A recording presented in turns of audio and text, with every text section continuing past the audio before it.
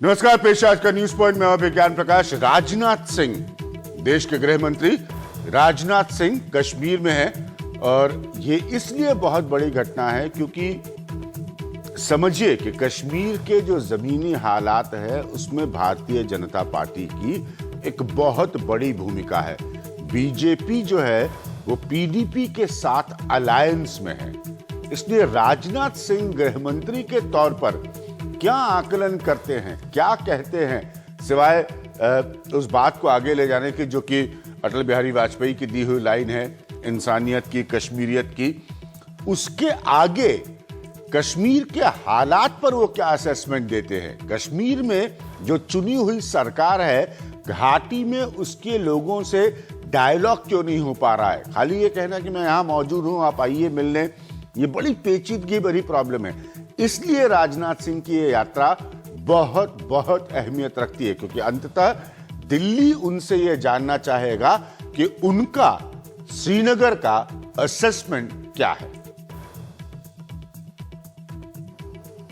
जम्मू कश्मीर के 2 दिन के दौरे पर राजनाथ सिंह बुधवार को श्रीनगर पहुंचे। जाने से पहले ट्वीट किया, मैं नेहरू गेस्ट हाउस में ठहरूंगा। जिनका कश्मीरियत, इंसानियत और जमहूरियत पर यकीन है, उनका स्वागत है। लेकिन राजनाथ का स्वागत करने हवाई अड्डे पर मुख्यमंत्री महबूबा मुफ्ती नहीं आई। बताया जा रहा है कि पिछले दिनों वित्त मंत्री अरुण जेटली के बयान को लेकर पीडीपी बुरी तरह नाराज है।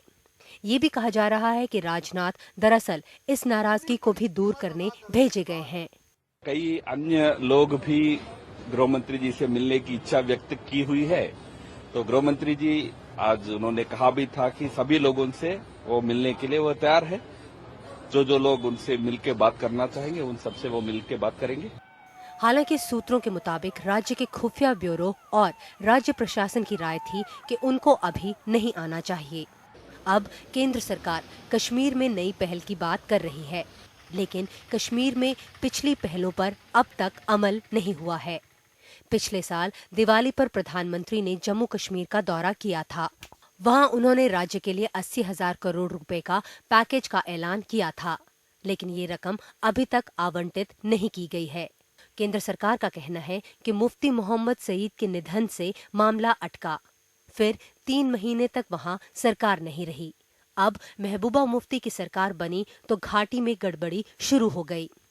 वास्तविक स्थिति यह है कि कुछ एक श्रेणी के विक्टिम्स के लिए इस प्रकार का मुआवजा अथवा सहायता उपलब्ध थी।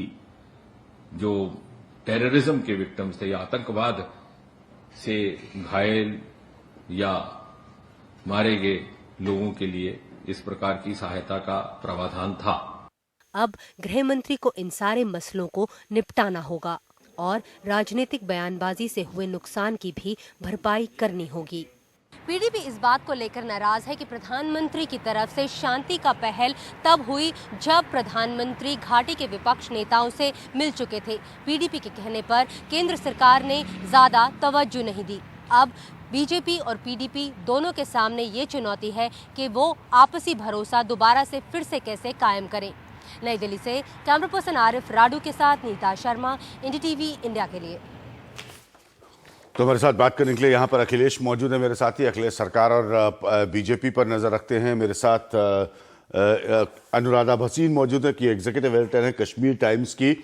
अखिलेश, मेन पॉइंट बहुत जल्दी से इसको समाप्त करने की हम कोशिश करेंगे। मेन पॉइंट यहाँ पर यह है कि राजनाथ सिंह को नरेंद्र मोदी को एक गृह मंत्री की हैसियत से अपना असेसमेंट देना है। इस बात में कोई दो राय नहीं है कि महबूबा मुफ्ती और दिल्ली की अलायंस वैली में जमीन पर क्लिक नहीं कर पाई है, तो यह बिल्कुल क्लियर है। राजनाथ सिंह को बयानों से आगे जाना पड़ेगा। राजनाथ सिंह को अगर केंद्र को किसी भी संभावना के बारे में सोचना है, मैं नहीं जानता कि वो संभावनाएं क्या होंगी, क्या कोई राष्ट्रपति शासन होगा, ये असेसमेंट अब राजनाथ पर निर्भर करेगा। बिल्कुल, काफी महत्वपूर्ण है राजनाथ सिंह का ये दौरा।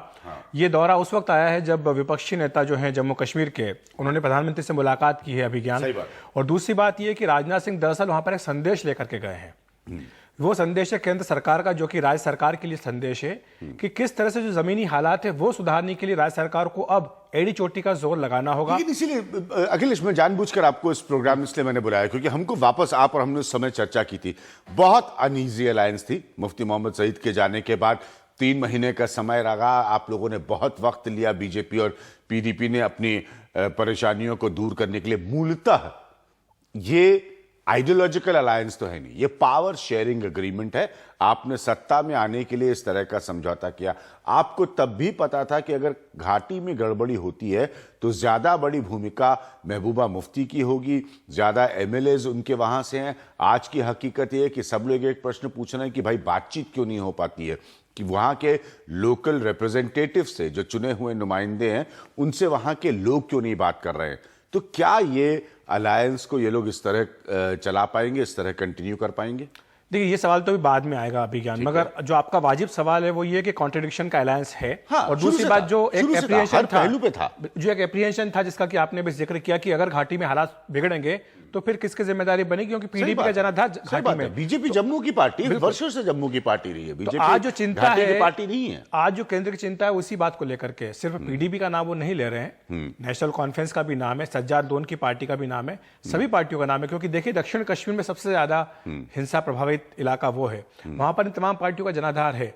जो केंद्र सरकार ने खुफिया रिपोर्ट्स के आधार पर एक रिपोर्ट तैयार की, एक लिस्ट तैयार की, 80 लोगों का नाम तय किया गया है। वो ऐसे लोग हैं जो सीधे सीधे उकसा रहे हैं हिंसा को, बच्चों के हाथों में, उनको घरों से निकाल करके स्कूल जाने से रोक करके उनके हाथों में पत्थर थमा रहे हैं। तो ये केंद्र सरकार चाहती है कि राज्य सरकार इन लोगों के खिलाफ सख्त से सख्त। लेकिन 21 अगस्त 2016 को जो अरुण जेटली का बयान आया है, उसमें अरुण जेटली ने साफ साफ कहा है कि स्टोन थ्रोअर्स आर नॉट सत्याग्रही। ये पत्थर फेंकने वाले ये सत्याग्रही नहीं है, they are assailants and stated that there will be no compromise with people indulging in violence. यानी कि जो भी हिंसा का सहारा ले रहे हैं उनसे सरकार डील करने में कोई भी समझौता नहीं करेगी। तो बातचीत का माहौल, खाली उनके राजनाथ सिंह के कह देने से कि मैं यहां पर रुका हुआ हूं, आप आइए बात करिए, तो उससे माहौल तो नहीं बनता ना बातचीत का। दूसरी बात ये कि बातचीत तो आप तब करेंगे ना जब वो पत्थर तो हाथ में लेकर के बातचीत के टेबल पर नहीं आ सकते, पत्थर तो उनको बाहर रख के आना होगा। तो जिनको बातचीत अगर करना है तो वो पत्थर छोड़ दें, फिर बाहर आके बात करें। ये बात सीधे सीधे कही। लेकिन जो खबर आज की तारीख में मिल रही है वो ये थी कि राजनाथ सिंह आकर के केंद्र सरकार को अपना असेसमेंट देंगे कि क्या हालात हैं और वाकई राज्य सरकार उसको काबू करने में सक्षम है या नहीं है।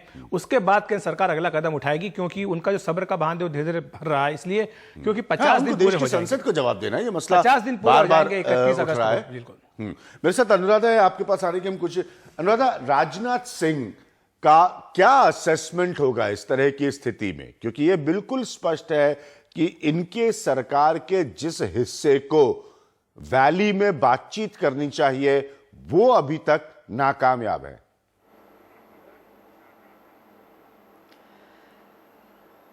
देखिए, उसमें आप ओनर्स सिर्फ जो वैली की पार्टी है या वैली की बाकी पार्टीज हैं उन पे आप नहीं डाल सकते। आपको डायनामिक्स ऑफ पावर देखने पड़ेंगे जम्मू कश्मीर में, जो हमेशा से ही एक सेंटर का एक एक्सेसिव रोल रहा है। जो नई दिल्ली में सरकार है, पावर्स तो उनके पास है कि बातचीत जम्मू कश्मीर के लोगों से कैसे की जाए। जो लोकल पार्टीज हैं वो उनका जो रोल है वो महज एक डेवलपमेंट रिलेटेड या थोड़ा सा ये सोशल इकोनॉमिक प्रॉब्लम्स उनसे रिलेटेड, उससे आगे उनके पास मैंडेट नहीं है उनसे बातचीत करने का। हालांकि जितनी भी लोकल पार्टीज हैं बारिंग बीजेपी जम्मू एंड कश्मीर में, चाहे वो नेशनल कॉन्फ्रेंस है, पीडीपी है या कांग्रेस रही है या कम्युनिस्ट पार्टी भी रही है, वो उन सब का एक मत है इस मामले में कि एक डायलॉग का प्रोसेस होना चाहिए और वो सालों से बोल रहे हैं। दूसरा, अब जो इस वक्त जो पीडीपी जो सरकार में है और क्योंकि वैली उनकी कॉन्स्टिट्यूएंसी है, हो सकता है उनकी एक इनएफिशिएंसी रही है to reach out to people. थोड़ी सी हेल्पलेसनेस है और थोड़ा सा एक इनएफिशिएंसी भी है। जी, तो उसमें से अनुराधा फिर रास्ता क्या निकल कर आएगा? क्योंकि अंततः जो बात मैं और अखिलेश यहां पर कह रहे हैं कि गृह मंत्री की इस वक्त ये जिम्मेदारी होगी कि वो दिल्ली को आकर एक ईमानदार असेसमेंट बताए। उसके बाद, और आपने बिल्कुल सही कहा कि केंद्र की बहुत बड़ी भूमिका है इसमें। उसके बाद केंद्र को तय ये करना होगा कि वो कश्मीर को यहाँ पर वैली खास तौर पर यहाँ से वो पॉलिटिकली डील कैसे करते हैं। तो फिर ऑप्शंस क्या हैं, रास्ते क्या है? देखिए, सबसे पहले तो ये है कि आप इसको जो है लॉ एंड ऑर्डर प्रॉब्लम के तौर पे आप उस नज़रिए से नहीं देख सकते। ठीक है, ये एक पॉलिटिकल इशू है और ये सालों से पिछले 60-70 साल से एक पॉलिटिकल इशू है, एक पॉलिटिकल मुद्दा है जिसको जो भी सरकार केंद्रीय सरकार आई साल ब साल पिछले 60-70 सालों में उन्होंने कभी इसके साथ डील नहीं किया। और उसमें जो बीजेपी की अभी सरकार है उन्होंने एक इनहेरिट की है प्रॉब्लम, वो माना। लेकिन जो जिस तरह से डील किया गया है कश्मीर सिचुएशन को पिछले कुछ सालों में, वो एक तरीका है, वो सही तरीका नहीं है। बल्कि जो मैं कहूँगी कि इसको डील करने के लिए एक नए तरीके से देखने की जरूरत थी। सबसे पहले एक एक्नॉलेजमेंट करने की जरूरत थी कि ये एक पॉलिटिकल इशू है जो नहीं किया गया है।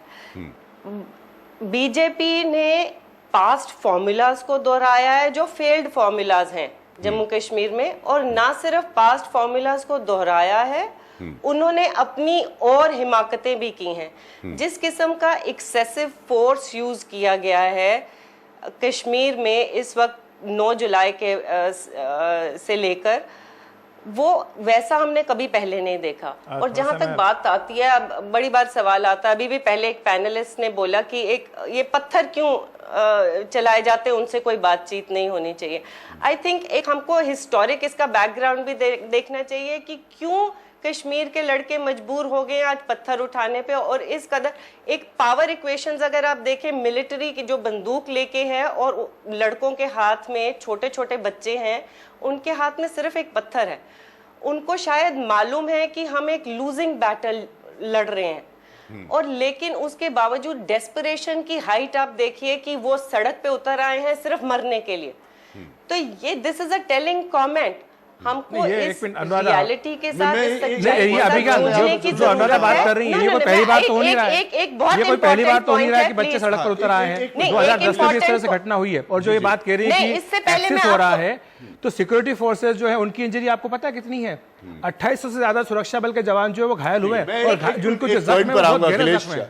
जो मैंने पहले रखा था, और उसको सुनिए, यू कैन नॉट इक्वेट। एक मिनट प्लीज, मुझे एक बात करने दीजिए इसमें। सबसे पहली बात ये है कि एक पीसफुल स्पेस ऑफ डाइसेंट या प्रोटेस्ट कभी भी कश्मीर में अवेलेबल नहीं रहा है।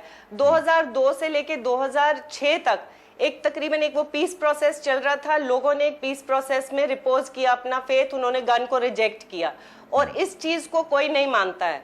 उसके बाद जो है उनको एक स्पेस नहीं दी गई, उनका इम्पेशंस खत्म हो, पेशेंस लेवल उनका खत्म हो रहा था। वो पीस प्रोसेस में शामिल होना चाहते थे जिसमें उनको नहीं शामिल होने दिया गया। और 2008 से जब से वो सड़कों पे निकले मुजाहरे करने, चाहे वो अमरनाथ यात्रा के प्रोटेस्ट थे, 2 महीने तक बहुत पीसफुल प्रोटेस्ट थे, और उसके बाद गोलियां चलाई गई पीसफुल प्रोटेस्ट पे। और ये एक सच्चाई है, हकीकत है। लोगों को मजबूर कर दिया गया कि वो पत्थर को उठाएं। अनुराधा, मैं आपको एक पॉइंट सच्चाई ये बहुत जरूरी है। नहीं, एक मिनट, आप ही की बात को आगे बढ़ाते हुए, और जो पॉइंट अखिलेश रख रहे हैं, इन सबके बीच में अरुण जेटली का बयान है 21 अगस्त 2016 का, जहां पे उन्होंने साफ साफ कहा है कि स्टोन थ्रोअर्स, पत्थर चलाने वाले, ये सत्याग्रही नहीं है, ये असेलेंट्स हैं, और वायलेंस करने वालों को, यानी कि पत्थर फेंकने वालों को किसी भी सूरत हाल में इनसे डील करने में कोई समझौता नहीं होगा, कोई कॉम्प्रोमाइज नहीं होगी। तो फिर इस तस्वीर में क्या बातचीत होगी, क्या नई गलतियों को सुधारा जाएगा, क्या रास्ते निकल सकते हैं?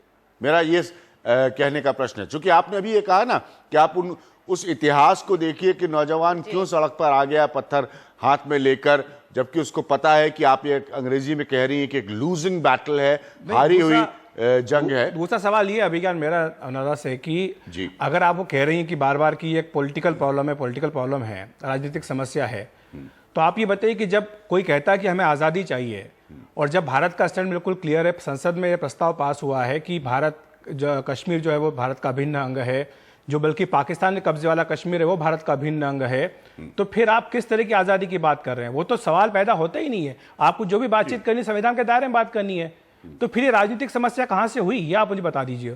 ठीक है, ये दो पोजीशंस हैं। एक पॉइंट जो अखिलेश रख रहे हैं और जो मैं कह रहा हूं कि इसी कैबिनेट के एक सीनियर मिनिस्टर का कहना है कि पत्थर फेंकने वाले सत्याग्रही नहीं है। तो फिर क्या रास्ता निकलेगा, अनुराधा जी? देखिए, ये एक यूनिलैटरल फैसला नहीं हो सकता कि ये पॉलिटिकल जो डिस्प्यूट है वो सेटल हो गया क्योंकि एक पार्लियामेंट में रेजोल्यूशन पास हो गया। जब तक आप लोगों की सहमति, लोगों की शमालियत नहीं होती है ऐसे फैसले में, क्योंकि एक हिस्टोरिक रीजन है कि क्यों डिस्प्यूट है, जो इंडिया की एक सेशन से लेके जो टेम्पररी थी, नेहरू ने प्रॉमिस किया था प्लेबिसाइट, यूएन में केस गया हुआ है और बार बार ये रिएटरेट किया गया कि लोगों को राइट ऑफ सेल्फ डिटर्मिनेशन मिलेगा। नहीं, देखिए, ये उसके बाद जो आप रूल करते हैं कश्मीर को through deceit, through fraud, through rigged elections, ये एक सच्चाई है। और उसमें जो लोगों का जो कंप्लीट विश्वास है जो इंडियन डेमोक्रेसी पे, वो हट जाता है। और उसमें आप कैसे कह सकते हैं कि ये हमारा इंटेग्रल पार्ट है एंड यू डोंट ट्रीट, आप लोगों को तो इंटेग्रल नहीं समझ रहे हैं ना, आप सिर्फ एक टेरिटरी को इंटेग्रल लेके बैठे हुए हैं। और लोगों का आप देखिए, वर्ल्ड ओवर कॉन्फ्लिक्ट्स होते हैं और मैच्योर डेमोक्रेसीज जितनी भी हैं उन्होंने अपने कॉन्फ्लिक्ट्स को रिजॉल्व करने की कोशिश की। आप ब्रिटानिया में देख लीजिए, उन्होंने आयरलैंड में कई साल तक मिलिटरीली डील करने की कोशिश की और फिर उनमें रियलाइजेशन हुआ कि क्रॉस बॉर्डर टेररिज्म से थोड़ी ना इसका डायलॉग होगा। आपने मैं यहाँ पर ले रहा हूँ एक ब्रेक। डायलॉग की शुरुआत आप जब आप बोलेंगे फ्रेमवर्क ऑफ इंडियन कॉन्स्टिट्यूशन, तो दैट मीन्स आप कह रहे हैं, that is another way of admitting कि आपने जो कॉन्स्टिट्यूशनल राइट्स हैं वो भी नहीं लोगों को दिए हैं। ठीक है, मेरे पास वक्त बिल्कुल भी नहीं है। अनुराधा, आपका बहुत बहुत शुक्रिया। अखिलेश, ये नई बात सुनने में आई है, चुनाव जो है वो फेयर नहीं होते, इम्पार्शियल नहीं होते, ये नई बात सुनने में आई है आपका, आप दोनों का। इसलिए मैंने कहा कि देखिए, जो बैकग्राउंड है, जो इतिहास है कश्मीर का, कश्मीर के टकराव का, वहां की अंदरूनी झगड़ों का, वहां को लेकर पाकिस्तान से रिश्तों का, इन सब की वजह से जो जुलाई की घटनाएं हैं, 9 जुलाई के आगे की खास तौर पर, उसके बाद ये यात्रा हो रही है राजनाथ सिंह जी की, देश के गृह मंत्री की। इसीलिए मैंने इस प्रोग्राम के शुरुआत में बहुत साफ तौर पर यह कहा कि राजनाथ सिंह श्रीनगर से दिल्ली क्या असेसमेंट लेकर आते हैं, वो अपना क्या आकलन बताते हैं, दिल्ली को आकर वो प्राइम मिनिस्टर को, देश की सरकार को क्या अपना असेसमेंट बताते हैं गृह मंत्री की हैसियत से, ये बहुत बहुत बहुत महत्वपूर्ण होगा। ये समझने और जानने के लिए मैं जानबूझ के अरुण जेटली, एक सीनियर मिनिस्टर का बयान आपको कोट कर रहा था कि पत्थर फेंकने वाले जो है वो सत्याग्रही नहीं है। तो सरकार का उसके बाद क्या रवैया होता है कश्मीर की तरफ, जम्मू कश्मीर की तरफ, खासतौर पर घाटी की घटनाओं की तरफ, ये तय करेगी राजनाथ सिंह की ये यात्रा। इसीलिए ये बहुत इंपॉर्टेंट है। और पेचीदगी और इतिहास के इसमें बहुत सारे प्रश्न हैं। हमेशा दो हिस्से रहेंगे जो एक दूसरे से इत्तेफाक नहीं रखेंगे कश्मीर के मसले पर। इसीलिए सरकारों की बड़ी मुश्किल होती है कश्मीर में जब स्थिति बिगड़ती है या हालात सामान्य से अलग हो जाते हैं, कोई रास्ता ढूंढने में या निकालने में। ये फिलहाल की नरेंद्र मोदी सरकार के लिए एक बड़ी चुनौती है।